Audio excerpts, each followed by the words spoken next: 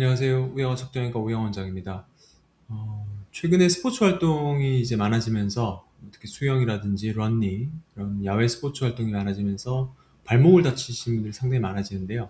이 발목을 삐끗했는데 어떤 병원 갔더니 사진도 찍지 않고 의사가 이제 피지컬 하더니 이건 바로 수술해야 될 케이스가 맞습니다. 라고 얘기했다고 이제 저한테 어, 다시 그 협진차 요청했던 그런 케이스도 있고요. MRI 찍었더니 다 터졌다고 해서 이제 MRI 가져왔더니 제가 볼 때는 부분 파열이고 이거는 재생주사하면 될 것 같은데 수술적인 치료를 이제 권유받아서 내원하셨던 케이스가 좀 있었습니다. 그래서 이 발목을 삐끗하긴 하는데 불안정성까지 가지 않은 케이스 혹은 이제 불안정성 가게 되면 어떻게 치료해야 되는지 관절염으로 과연 진행되는지에 대한 내용을 가지고 설명 좀 드리겠습니다. 일단은 발목 불안정성 방치하게 되면 당연히 관절염으로 진전될 위험이 상당히 큽니다.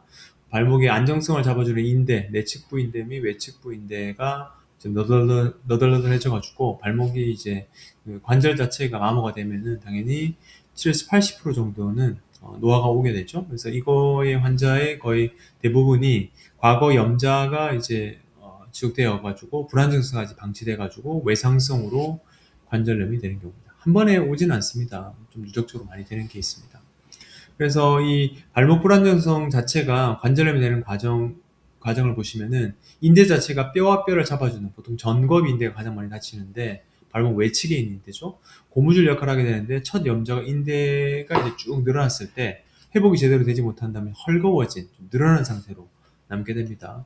그래서 이 1단계 같은 경우 인대가 조금 다치고 불안정해진다. 발목이 수시로 꺾인다. 이 그 발목이 늘어난 상태로 회복되지 않고 재기능을 하지 못하게 되면 수시로 꺾이게 되고 관절 위치도 어긋나게 되는 거죠. 그렇게 되면 이제 관절 이제 연골이 마모가 됩니다. 발목 관절 안에 뼈와 뼈 사이에 있는 연골판이 있는 그 연골 자체가 마모가 되고 이 축 때문에 축이 어긋나가지고 뭐 안쪽이면 안쪽, 바깥쪽 바깥쪽처럼 이제 마찰과 충격이 가해진 한 부위가 좀 많이 닳게 되는 거죠. 그래서 이것이 많이 진행되면 발목 관절염까지 진행돼서 통증, 부종, 변형 유발까지 되겠죠. 그래서 60대 이후 노화가 주로 되는 것이 무릎 관절염이라면은 발목 관절염은 2에서 40대 사이에서도 이 불안정성으로 인해서 발생할 수 있게 됩니다.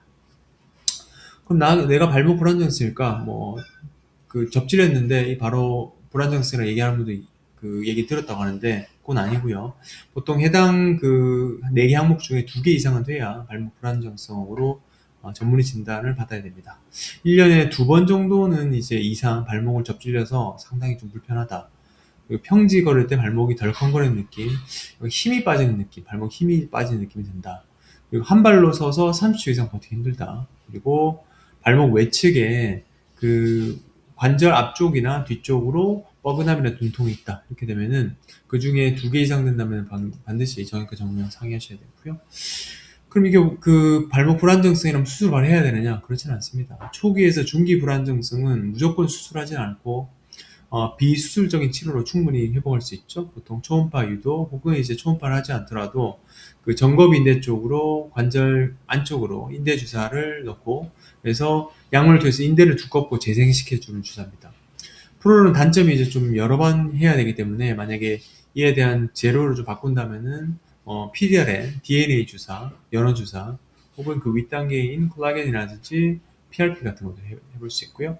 도수 및 기능 제한 운동, 발목 주변의 근육을 강화하고 고유 수용 감각, 위치 감각을 회복. 그러니까 발목이 아까 30초 이상 제대로 서 있지 못한 환자분들은 위치 수용 감각이 잘 안 되는 분들이죠. 이런 것들을 회복시켜주고 체충을 통해서 염증을 제거, 혈류량을 증가시켜 조직 재생을 돕는다. 지금 도수랑 체외 충격파는 실손보험에서 혜택을 보기가 조금 까다롭기 때문에 반드시 그 주치의랑 상의하셔야 되고 그거에 영향받지 않는 것은 주사 치료가 영향을 좀 덜 받는 것 같습니다. 이 발목 자체가 무너지게 된다면은 일상 자체가 스포츠 활동이 거의 힘들게 되겠죠. 무릎도 마찬가지겠지만 균형을 받치는 주춧돌이고 이 불안정성으로 해서 무릎과 척추 균형까지 무너지게 된다면은 상당히 좀 힘들 수 있습니다. 그래서 반드시 정형외과 전문의하고 상의하셔서 인대하고 연골 상태를 세밀하게 볼 수 있는 CT라든지 초음파 촬영한 다음에 비수술 재활 치료를 반드시 이어나가시는 것이 좋을 것 같습니다. 수술을 해냈다고 바로 수술 받는 것보다는 병원을 좀 알아보시고 재생 치료하시는 것이 훨씬 환자분에게 신체적, 경제적 이득이 되실 거고, 장기적으로 보게 된다면은 훨씬 나은 삶을 유지할 수 있을 것 같습니다. 시청해주셔서 감사하고요. 내일 또 뵙겠습니다. 고맙습니다.